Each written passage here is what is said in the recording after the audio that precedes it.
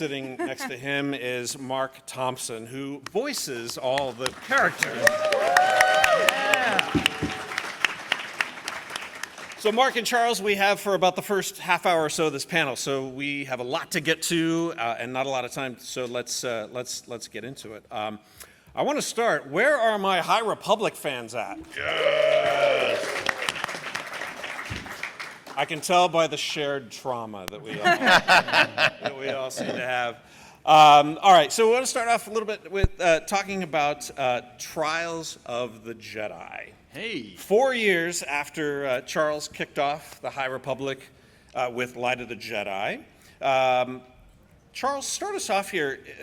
The Nihil, the Nameless, the Jedi, the Blight, all of it. I know a lot of people have probably read this book, but maybe we can be like mildly spoilery, but sort of fill us in on what this story is, what kind of questions get answered, what kind of closure will we get? Sure.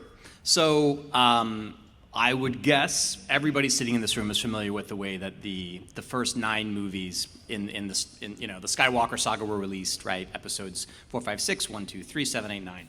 And the High Republic has worked kind of the same way. There was a Phase 1, which had several books in it, many books in it, in all different formats, all different all different types of things, from middle grade to adult novel to comics, amazing. Phase 2 also had tons of projects, tons of great stories that were set about 200 to 150 years before the stories that were in Phase 1. So just like the prequels, it went back in time. And then there was Phase 3, which jumped back to the main timeline and sort of moved toward the big conclusion of the story. So Trials of the Jedi is the end of that big mega story that we have been telling since 2001 which kicked off with my novel Light of the Jedi.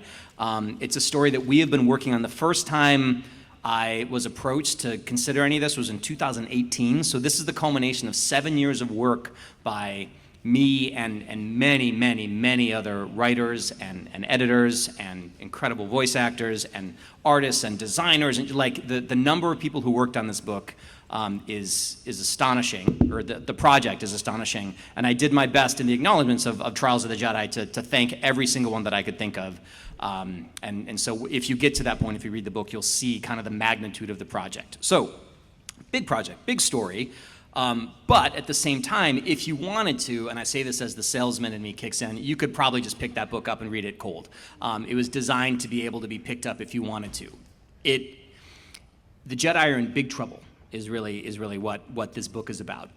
There is a galaxy-wide, I guess, contagion in the Force that is known as the Blight. And when the Blight touches something, whether it's like a living being or a tree or even a stone or water, it turns it into this like ashen, dead, not even dead, just like has never been alive, unalive substance that is never, like the Force is removed from it. And so that is spreading far and wide. There's a bad guy named Marchion Ro who through many, many efforts has been the person who essentially put this thing into the galaxy for reasons that are explored into the book. And the Jedi have figured out a last-ditch desperate way to try to stop it before it consumes everything. They put together this team of 9 Jedi who are called the Nine, or the Luminous Nine, who are basically the heroes of the stories that have led up to this point. The 9 go off on a desperate mission to a far-off, uncharted planet where they have to execute a very dangerous plan that they don't all see it out through. They don't all make it through. And it's just about the most exciting thing you've ever read in your life. So that's what Trials of the Jedi is. You talk about all the contributors that were part of this project, but you happen to be what I'm calling the human bookend of this project. That's what they call me. First novel, Soule, human bookend. Yeah, so tell me how that sort of came about. What's it like doing the beginning and the end? There were very different gigs, right? And I should say that I was just very fortunate to be asked. These were extremely high pressure projects, right? Or because you're kicking it all off. Literally, the first novel in the High Republic, the place if you wanted to start and read the whole thing is Light of the Jedi, and then the ending is Trials of the Jedi. So the pressure on the first project was like, get it right, so people will even care about reading the rest of all these stories that we had planned, that my fellow authors were already writing. Like, it was a big, intense thing to have to try to do, because it also was introducing this brand new sort of flavor of Star Wars that hadn't existed before. All new characters. The only familiar character was Yoda, because he's very old, so he was alive back then. And it was both very challenging to try to write all these characters in a very compelling way, but also to make it accessible and make it familiar. It needed to feel like Star Wars, and Star Wars is more than just lightsabers. There's a lot that goes into that recipe. So it was challenging, but it was also sort of open. Like, I could make up a lot of stuff because a lot of stuff didn't exist yet. Characters, spaceships, whatever.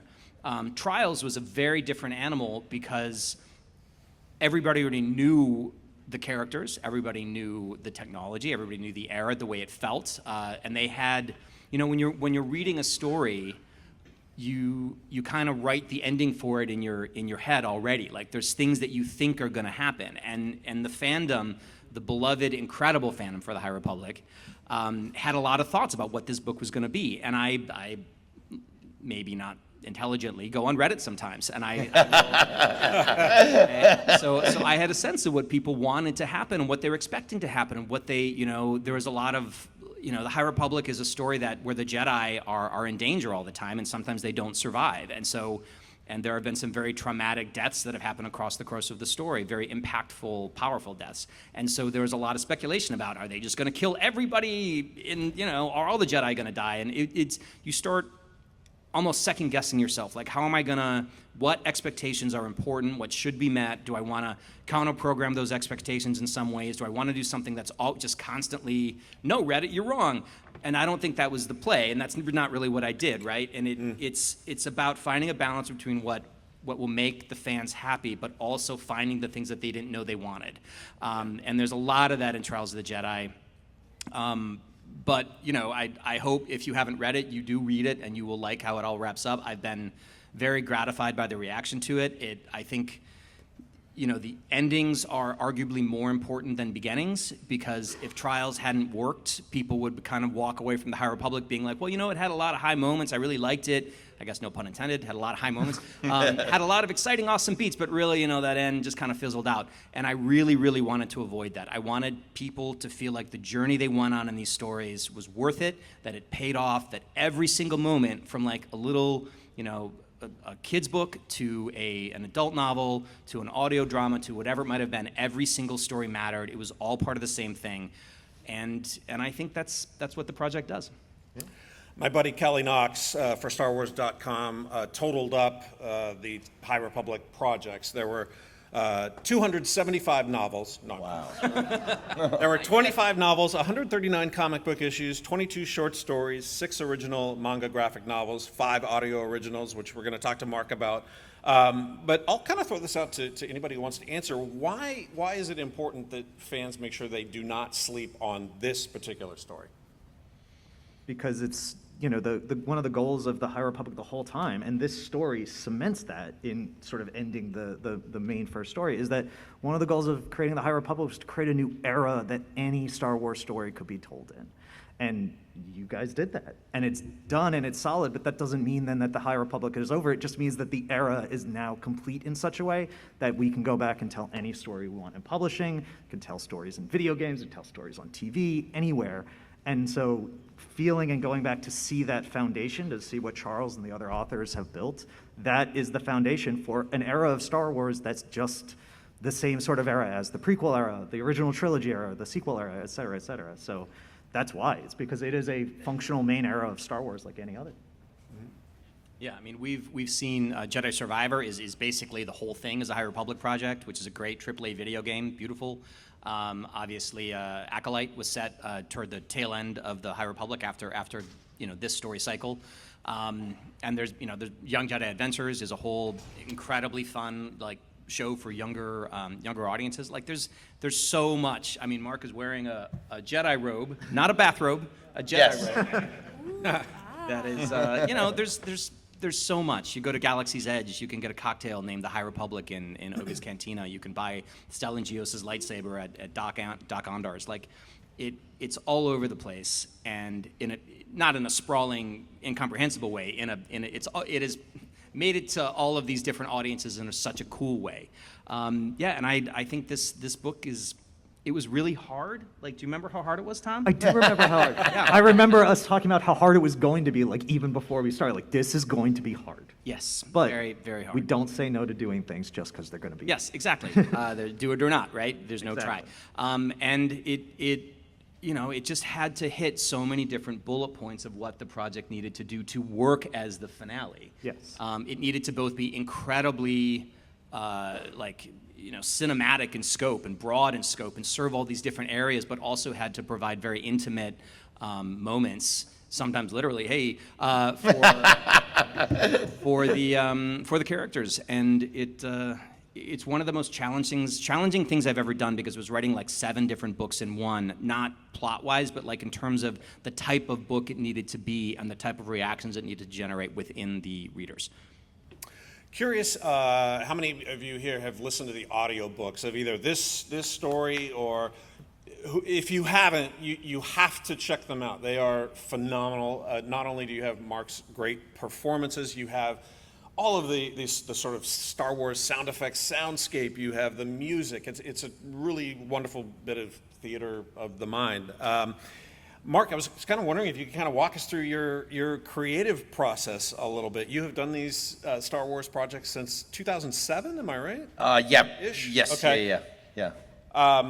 And I'm curious because you have sort of masterfully done a lot of characters that we all knew from like the original trilogy, you know, Darth Vader, C-3PO, Han Solo, and I'm sort of curious what it's like to kind of take something and work with it from scratch and create it kind of on your own.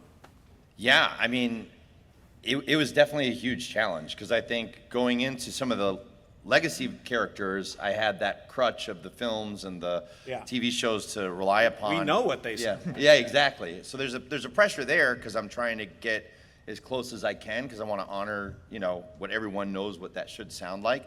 But then this was a different pressure, because I remember reading Light of the Jedi, and I was like, there are so many characters. Like, what is going on? I'm trying to think if I'd ever done a book with that many characters. So it was really, really challenging. But luckily, when you have an author like Charles, they're so fleshed out, and there's so much in the text to draw on in terms of inspiration. And I very quickly fell in love with those characters, and like all the Luminous authors have, I told Charles this in an email, but like, I am a lifelong Star Wars fan, but the High Republic made me love Star Wars even more, and it's really because of how skilled they are at, establishing this world and thinking about how the Jedi perceive the Force in different ways and have different metaphors for that, and just so all of that stuff made it easier to come up with voices, because I had so much to draw on and so much inspiration from that. So. Character you like the most, playing the most? Oh man, that's so hard.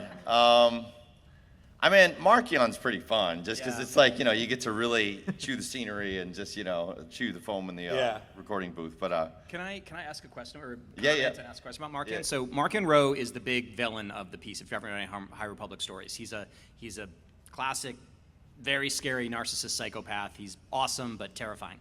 And I had a sense of what his voice would sound like, and then I listened to the audiobook of Light of the Jedi, and I heard how Marc did it, and it was completely different from what I thought it was going to be, but it very quickly became perfect, and that's a testament to his skill and like the acting that he does and all that stuff. It's really, really cool. How did you make the choice to make him sound like he does? Well, it was your writing, but it was. I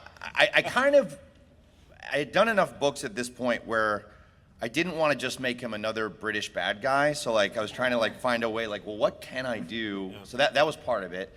But then there was it was interesting to me that he kind of started off as like, and when I first read him, I almost thought he was like a lackey or like like an underling or whatever. And it did kind of surprise me that, oh wait, there's more to this guy than what I originally thought. And there was something about his physical description of like the dark gray and the solid black eyes, and that reminded me of a shark. And so like I was kind of putting together a bunch of different things where it was like I wanted him to sound somewhat unassuming, because when you first meet him, you think he's just this one that none of the Tempests respect, and they, so like he could almost have this like, weak voice, but then maybe I'll try. So he might start off like this, but then when he needs to strike, he can just shock you. And Kasiv, don't forget your hand. So yeah, it's like quiet when he needs to be, but he's lethal and scary when he pops out. So yeah, but it really was the writing. Like it really, yeah. It's a two-way street, man. Yeah. Is there a character that's hardest for you? Because listening, one of my favorites is Becketet, where it sounds like you're gurgling as you talk, and it's like this amazing conversation. No, yeah, they're all. It's like anything that's a little. The older I get, the higher anything in a higher register is a little bit harder to do. So, but and then if it, during one of the audio dramas, Skier is being tortured by Baron Bulin, and there was something about having it here and hyperventilating at the same time. I actually threw up in the booth because I was like, and I got like phlegm going, and it was not pretty, and I apologize to the engineer, but Get this man some oxygen. yeah. So. Amazing. All right. I think on behalf of all fans, I'm going to ask a general question and to you guys, if you can tell us as much as you can. Are we done with the High Republic? What happens next? I mean, like we said, it's now a Star Wars era like any other. And, you guys see over the years, every year we publish things. Oh, we're publishing a prequel book, or we're publishing something in the original trilogy, or something here, or something there. And the High Republic is now part of that. It is part of that calculus, is part of that decision making, and it's part of that tapestry of the coolest thing about Star Wars is there are so many kinds of stories to tell in so many different ways, in so many different eras, and the High Republic is a place to tell stories just like any other now. That's not a no. No. Well, of course it's not a no. I mean, to tiny bit add or articulate that, there's been phase 1, phase 2, phase 3, and while there is no phase 4, whatever is to come, we could call that phase more, which, we'll see. Time will tell. All right. Thank you for that chat about the High Republic. We're going to move on now to some good soldiers following orders, or do they? Clone Force 99 is back in Sanctuary, a Bad Batch novel by Lamar Giles. That is coming very soon, right? It's 2 weeks from now. The batch is back. Yay! All right, so tell us a little bit about this story. What is the batch up to when we catch up to them? Yeah, so the batch is on Pabu. If you've seen season 2, it's right after the episode that they get to Pabu. If you haven't, well, little spoilers. So they get to Pabu. They've been on the run from the Empire. Been on the run from Crosshair. Echo has just left. They find this beautiful island home, this a liberator of ancient treasures, a little Fee. Takes them to the island of Pabu. There's a groundquake, a tidal wave, what they think could possibly be this sanctuary, for them, gets totally destroyed. Oh, you mean things don't work out? Things don't work out. Someone might have a bad feeling about something. So that's the episode. As we get into this book, basically the story is the batch are working with Fee to raise some funds to help Pabu rebuild. Over the course of the story, they learn that Fee should not make plans for the batch. Things go awry extremely quickly. Yeah, so like every Bad Batch episode, basically. Yeah, it is yeah. a classic Bad Batch adventure. It is like jumping back into your favorite Saturday morning cartoon with all your friends that you just want to spend more time with. It's that in novel form, and that is in fact like what Lamar told us when we brought him onto the project. He's like, that's what I want it to feel like. And the timing of this story, I'm very happy about, because it means Tech is back. Of course Tech is back, because we wanted to spend more time with Tech, And if you haven't watched the show, I'm not going to explain why we can't spend more time with Tech on the There's show. no reason, But really. no reason. Don't worry about It's it. fine. Everything's fine. We wanted to spend more time with Tech, and we wanted to spend more time with Tech and Fee, who had just such an amazing dynamic and relationship on the show, and putting them together with the rest of the batch to go on this well-meaning adventure was just like, it just made perfect sense. Yeah. Perfect sense. Some of my, I mean, it is very hard to pick my favorite moments of the book, but Lamar does such a great job of, like, as Tom said, it feels like a Saturday morning cartoon. It feels like you're stepping into an episode of The Bad Batch. But with all that, like, high wire action that's very fun to read, Lamar does such a great job that, like, The Batch at its core is family. And there's so many cool moments where they all get really quiet and they get to just be together. The family's reunited. There's moments between Hunter and Wrecker. Omega's like the wise one here. The Fee and Tech scenes are Perfect. so good. Lamar did an amazing job. How do you craft a really good Bad Batch adventure? What are sort of the ingredients that go into a really good Bad Batch souffle? Such a good question. Fun, adventure, a lot of swashbuckling vibes. Oh, yeah. But again, most importantly, family. Well, The- no, you're missing one. Oh, what am I- Omega has to make a friend with an animal. or Oh, that's true. That's true. Of course, yeah. Spoiler, Tom. Which does in fact spoiler. happen in Sanctuary. That's a Yeah. rule. Omega has to make a friend of some kind to help them out of a spot at some point. Yeah. Okay, so Omega gets a friend. Omega commits crimes in the name of animal safety. Yes.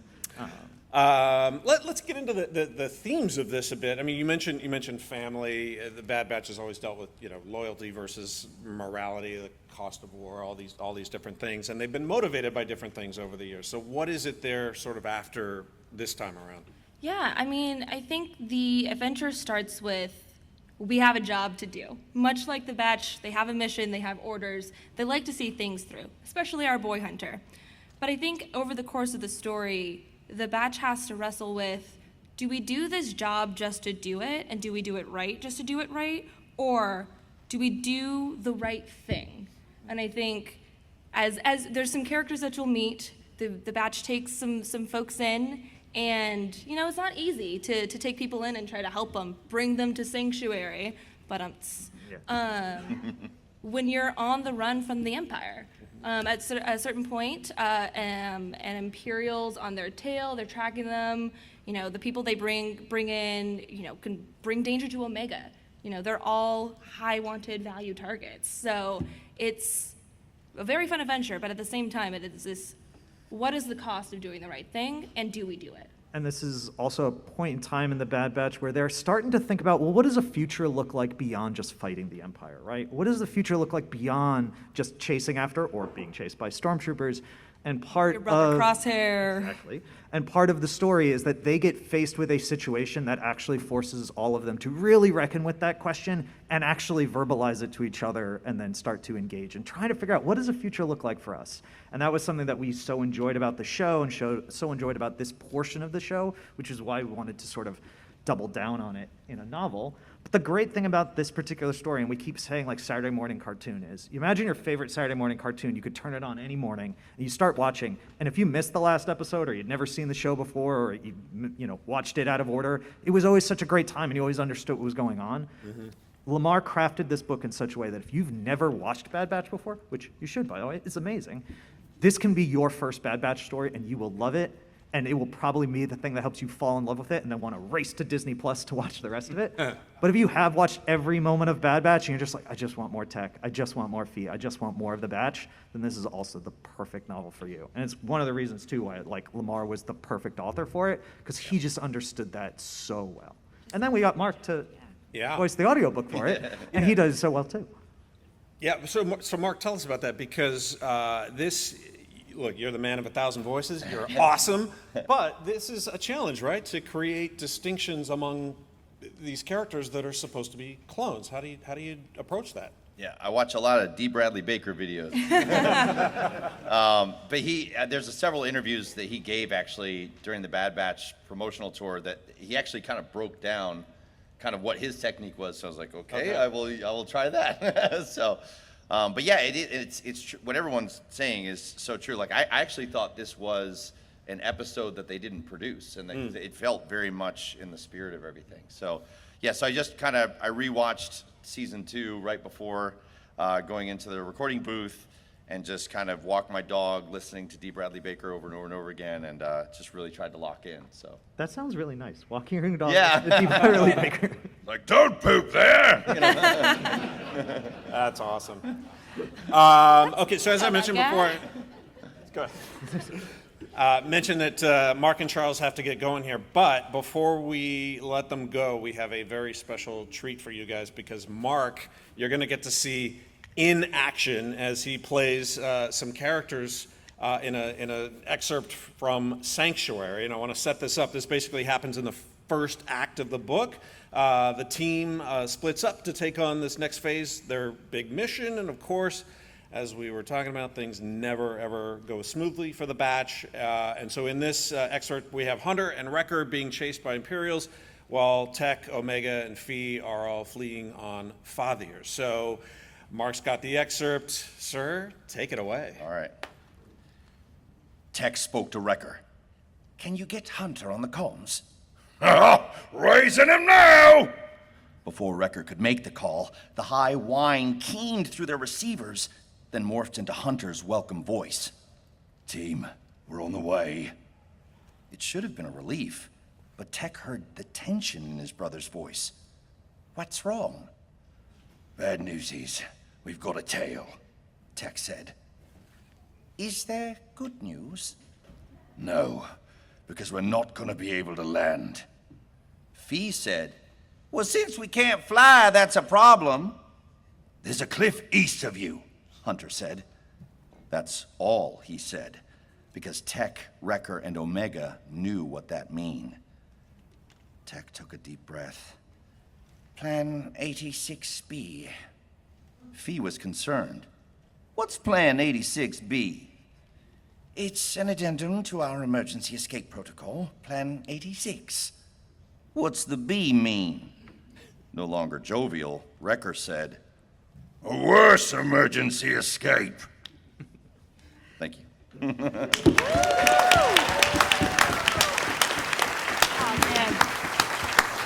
Oh, man.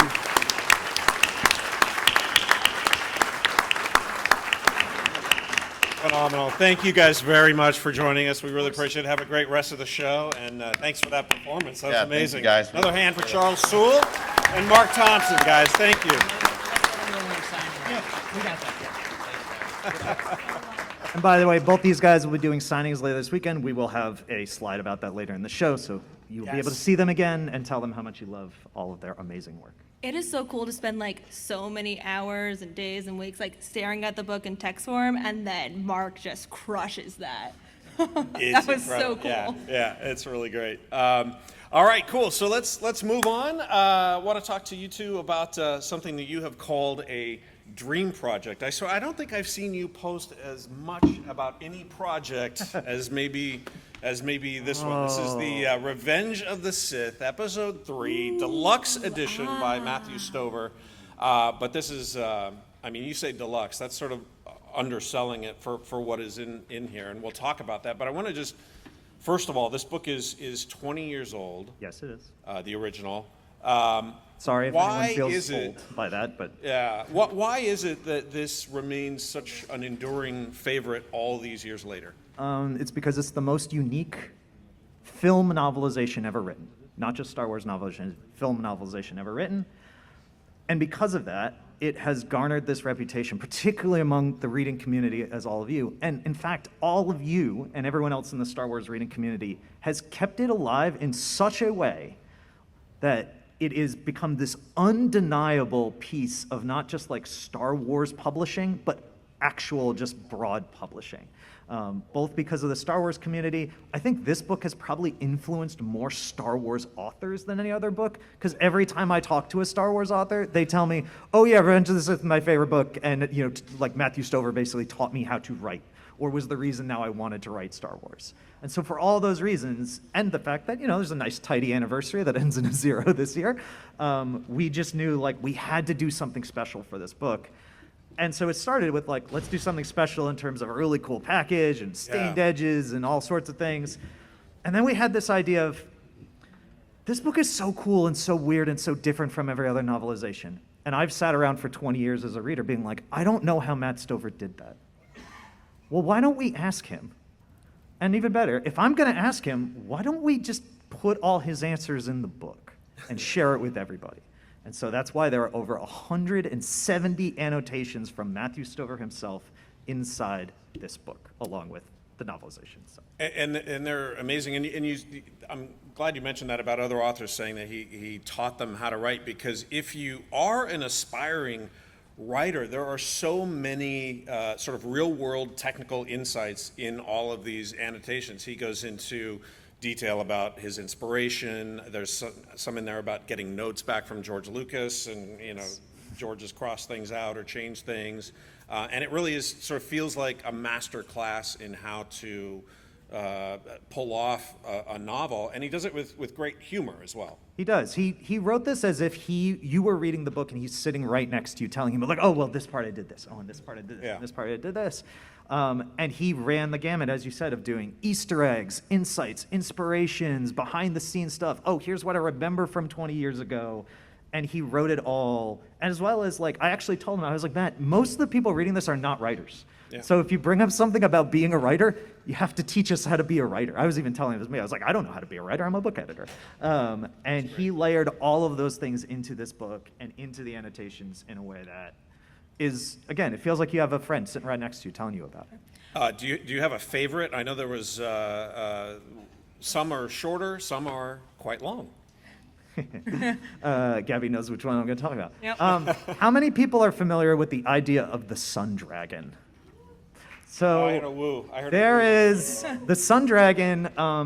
There is a story in here about the sun dragon, and all I'm going to tell you is that Matt was told the sun dragon thing's not working. You got to get rid of it, but you only have about a day or so to fix it. And if you've read this book, you'll know that the sun dragon, first of all, it's in here, so he did fix it, I guess, spoiler. But you'll note that the sun dragon is like not mentioned just on one page. It permeates the entire book. And there is a very long annotation in here that is actually called the Sun Dragon Incident, as Matt titled it. And it is an amazing story about how he solved a pretty much unsolvable editorial problem in about 24 hours, because he's Matthew Stover and he's a genius. And that is my favorite one. It is so long that we actually had to put it in the back of the book as almost an appendix. That's awesome. I'm sitting here sort of drooling over the packaging. Show it off for us This a is little probably bit. the most beautiful book I have ever worked on. So we have a gilded acetate jacket. We have a full wrap case. You get these beautiful, and I'll show them up on the screen in a second, end papers. We get Anakin and Padme at the beginning, and then of course we get Darth Vader at the end. We've got gilded and stained and printed edges. Our production and design team are actual Jedi and wizards, and they made all of this happen in a way that we sat down for a meeting at the beginning of this, and we were like, oh, it'd be cool if we could do this or do that or do this. You can't do any of those things. And they're like, yeah, we can. And they went off and came back with this How do absolutely we make a gorgeous- Darth Vader rap? Yes. And then they even came up with this brilliant idea. It's such a tiny thing, but I think it matters so much of, oh, we'll wrap it in this little removable belly band because that's where you can put things like the barcode and the price, so that then your book is just this beautiful like object that doesn't have anything like that on it. And it is stunningly beautiful. And the whole idea was to create packaging that matches the brilliant story and the brilliant book. And Eric Tiemens and Ryan Church, no Eric strangers Tiemens, to... yes, their amazing concept art really influenced the entire packaging, and we drew inspiration from it the whole way. And they both worked on the film. They did. We actually went through the making of and art of books looking for inspiration, and we found this art, and we were like, we don't need to make anything new because they already created perfection. The other fun thing that Matthew talks about is his pitch meeting to George Lucas. Yes, he does. And the advice that he got, the one piece of advice that the most important thing. Yes, so I will save the full details of his meeting to meet George and to talk to him about writing this, but I will share the thing that George told him because it's just a brilliant, wonderful, simple thing. And Matt went into that meeting with a lot of consternation, a little bit of anxiety. I'm going to go talk to George Lucas about writing a Star Wars novelization. And he At went in. Skywalker Ranch. Yeah, at Skywalker Ranch. And I'm going to, talk to him and ask some questions. And George looked at him after he had asked some questions of him, and he said, just make it good. No And so pressure. that is what Matt Stover did, is make good. And here, we're actually showing off what the annotations look like. You can see they're footnoted throughout the book. So if you're reading the story, and by the way, if you've never read this before and you want to make this book your first time reading it, first of all, you should. But we've built the annotations in such a way that if you just want to read it to rediscover the story or experience it for the first time, you don't have to worry about it. The annotations are not going to like interrupt your reading experience. But if you're here for the annotations or you're going back to it to check them out, they're all footnoted and stuff in this really great way that, again, our design team just spent so much time and so much care and love in developing this amazing, awesome version of the book. And partly because all of you who have kept this book alive, tell us a little bit about the dedication. He had a chance to go back and This and- is and maybe make a my revision. favorite thing about the book. So when we were working on this, because we talked about, again, how much the Star Wars community has played a real role in keeping this book alive, and thus you are the reason this edition exists, that originally Matt dedicated the book to George Lucas, and obviously that dedication is still in this, but he asked me to amend the dedication and add something to it, and I'm going to read it to you. So he initially dedicates to George Lucas, of course, but then he also wrote this. The author wishes to additionally dedicate this deluxe edition to the fans and readers, because even lo, after all these many years, you still deeply care. And that was the last thing Matt asked me to do, and he said it was the most important annotation in the book, was dedicating the book to all of you. Give yourselves a hand. There you go. Nice. All right, so tell us when fans can get their hands on this one, and I'm told there's a really, really good reason to pre-order it. Yes, it is. So it comes out on October 13th. If you visit this little QR code, which you should probably just take a picture of, I doubt the QR code will work in the room, or visit this website we've just launched, if you submit your pre-order receipt there, we will mail you a signed book plate by Mr. Stover himself. We will mail it to you when the book comes out. All you have to do is upload a receipt. There's some fiddly rules that you can find on that site. And by the way, if you have any more questions about that, come visit us during the show at booth 2121. We'll let you hold and look through this book as long as you promise not to run away and make me chase you. No promises. But yeah, Sorry, no. it's really great. It is literally a dream project that I cannot believe we get to do. I've been working with Tom for 4 years now, almost Yeah. 5. I have never seen him fangirl over something yeah, before. And getting to see you fan freak out over this book has been so cool to watch. So yeah, he's not joking when he said every bit of ounce and dedication that you guys feel our team has poured into this book. And yeah, very cool. Fantastic. Dream project. Cool. All right, so we're going to move on real quick from Revenge of the Sith, but before, as we do that, we're going to want to remind people that this timeline continues with the great Master of Evil, and that is by Adam Christopher. Yes. Gabby, tell us a little bit about this story. Yeah, so this is going to be right a little bit after Revenge of the Sith. Palpatine has made a lot of promises to Darth Vader, and in this book, Vader wants those promises kept.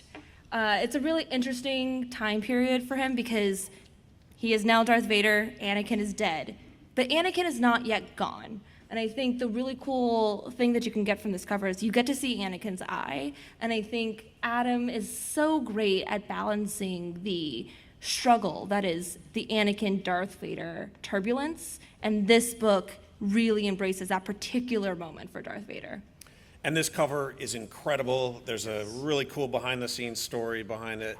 So Simon Gignard, who we've worked with on a bunch of covers, if anyone saw the convention edition we did of the Mace Windu book last year, Simon worked on that. He's amazing.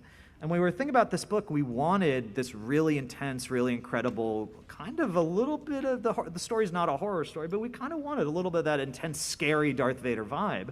And we were looking around, and we were like, well, we should put Simon in the mix. And we went to his artist site, and we noticed this picture. And we were like, oh, did you make that for, for something for Lucasfilm or for Star Wars? You make it for a poster series? He's like, no, I was just doodling one day, and this is one of my doodles. Because, again, when you're an amazing artist like Simon, this is your doodle. And we were like, man, it'd be great to have a cover like that. And then we all looked at each other, and I was talking to my friends at Lucasfilm. We were like, what if we just ask Simon and talk to him, and let's use this cover? And so we talked to him, and we made sure everything got worked out and everything. And so Simon's doodle has become now the final cover and was already done and ready when we went looking for it. And it's absolutely gorgeous and incredible. And to be honest, we couldn't have made a better cover than that. And so that's this cool story behind That is phenomenal. Okay, cool. All right, now this has all been good stuff. Now we're going to get to the really good stuff. Some of the new reveals, some stuff you haven't heard before. Let's jump into talking about Reign of the Empire. Yes, Reign of the Empire, the series we announced last year. We published The Mask of Fear in February, and we have 2 more books coming as we chronicle this series, which, you know, works alongside shows like Andor and looks at the eventual rise of the rebellion over the course of the 19-year period between Episode 3 and Episode 4. And Alexander Freed kicked us off with Book 1, and originally we announced that Book 2 and Book 3 were coming in Spring 26 and Spring 27. Yeah, so there's a little news on that, but there's Little also update. some better news that goes with that. So, right? first update is we have been working on these books, and these are really challenging books. And Rebecca and Fran, alongside Alex, who wrote Book 1, are really reaching for some amazing stories here. Rebecca Roanhorse. Horse and Fran Wild. Fran Wild. And so we were like, you know what? Good things take time. So we're going to need a little more time on Book 2. But in sharing with you the new time for Book 2, I figure we could at least share that we can share the title of Book 2. So Book 2 will now be coming in fall of 26, and it is called Edge of the Abyss. No applause for that? No. Come on. I think they're gonna need a little bit more than that. You need more? So, Tom. What's up, Blake? All of these people Yeah. came here today Yeah. in person to get some news. Is there who by show of noise, who wants Tom to reveal the title of Book 3? Come on, Tom, we gotta do it. let's go. I mean, I could do that. Sorry. I could do that. You don't want to know anything else about Book 2? Oh, you got more on Book 2? Yes, absolutely. I mean, I get we could just skip it if you don't know it. no. Okay. Spill all. Well, I guess the first thing maybe to tell you is when is Book 2 set? So Book 1 was set the year the Empire starts. Book 2, we are jumping forward more than a decade. Book 2 is set the year before Andor Season 1. So we are jumping very far ahead from where we left all of these wonderful characters. So, year before Andor Season 1. Yeah. Does that mean we're going to have some Andor character crossover, perhaps? All we could really say What's that is phrase, Gabby? we have friends everywhere. Yes, there are Andor characters who will appear in Book 2. As for which ones, when we get around to revealing the cover in the future, I promise you will know. Keep an eye out. Yes, as well as all the characters from Book 1, and maybe some characters who could guess. I think there might be 2 teenage daughters who might Two certain show up, teenage daughters that start with L Yeah. might be showing up. who in have this very era. similar names, might be showing up as well. But Interesting. Okay. yeah. Okay, good, very good. And all right, once again, by noise, do we want him Book 3? You gonna do Book 3? We could do Come on. Book 3. All right, come on. Let's see it. Book 2 is called Edge of the Abyss, which if you watched Andor Season 2, that is in fact a reference to a certain speech given by a certain senator in the Imperial Senate. Book 3, which is coming now in summer 2027, is called From the Ashes. And I will tell you that when this project, this whole series, was originally conceived of, its internal code secret name was From the Ashes. And once we decided that series, when we called Reign of the Empire, we already knew, well, because we know where the series is going, we knew From the Ashes had to be the title of Book 3. In fact, Book 3 had a title before Book 1 or Book 2. And so Book 3 is called From the Ashes and will be coming in summer 2027. And Fran Wild, I have the outline sitting on my computer. The not this one, behemoth of a an different outline. one. And Can you put that up? No. Okay.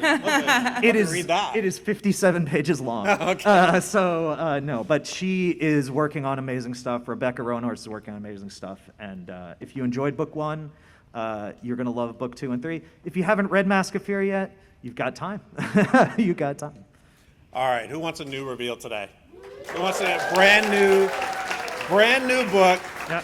coming spring 2026. Yes.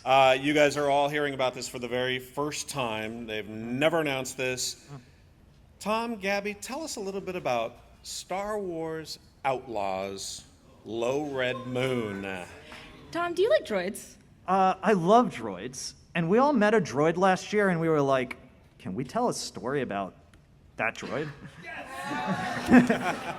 And the And we answer did. was yes. Yeah, and so we did, and the answer was yes. So we have worked with the amazing team and folks at Massive who made Star Wars Outlaws, the incredible open world Star Wars video game, which if you have not checked that out yet, you absolutely need to, and developed this awesome story with our good friend Mike Chen of Star Wars Brotherhood fame, and who's written a bunch of short stories as well.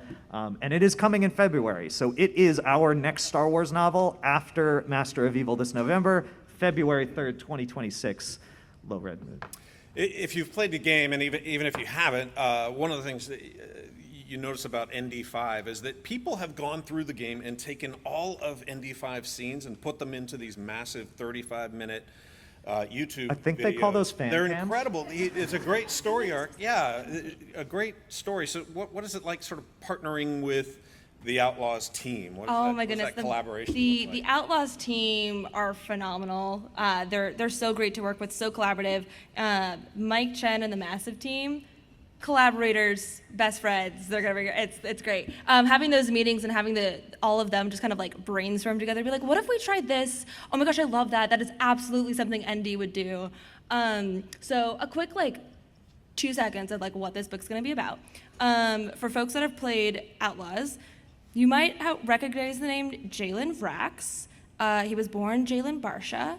And this story is the story. Massive was like, hey, there's this canonical backstory for ND5 and Jalen, how they met. We don't have time or space in the game to tell that story. Would you want to? And so that is this story, is how Jalen Vrax got a droid named ND5, and they go into the galactic underworld together, and it is this very beginning of how they become the criminal lords that they are in Outlaws. So Yes. I'm a terrible gamer. I'm really bad at gaming, story mode. She is. Very hard. I make Tom play video games for me and then tell me the stories. But the Outlaws game, it's just beautiful. And so going into this, if you have not played the game, you can jump right in. It's a great prequel. You will fall in love with these characters the same way I have. But if you played the game, Mike Chen is a master of Easter eggs. And so keep your eyes peeled. There's definitely a lot of familiar faces in the book. Yeah, because this sort of takes place in the shadowy underworld, Yes, right? Yeah, and yeah, yeah. you never know who's going to show up when you're hanging out in the criminal underworld. There's just a lot of people with a lot of reputations. Yes, there are. And it's really great, really amazing. And we had to spend so much time, and luckily the Massive team was super keen on doing this with us, of talking about how does a droid work as a character with a POV? Because this is really the first Star Wars book that we have dedicated more than half the book to the POV of a droid. There are plenty of amazing Star Wars stories out there where we get droid POV for a chapter or a scene or a little bit of time. But we actually had to sit down and have a lot of conversations on, well, how does a droid think differently than a human or another organic being? And we spent so much time with Mike, with our friends at Lucasfilm, with the Outlaws and Massive team, actually just all sitting around and be like, how do droids think? Yeah. So that when you read this, it doesn't feel like you're just reading a human, that you're actually reading ND5, and that you're reading his internal logic, which just doesn't work the same way that yours and mine does. Yeah, it was really interesting working with Mike and Massive to figure out, cool, a droid's a machine, but it's not a computer. And so working through that and weaving in George's very specific 70s tech vibe took a lot of work, but Mike nailed it. ND5 is Very cool. will make you cry, will make you laugh, will make you cheer for murder, and we love Mike did such a great job of nailing.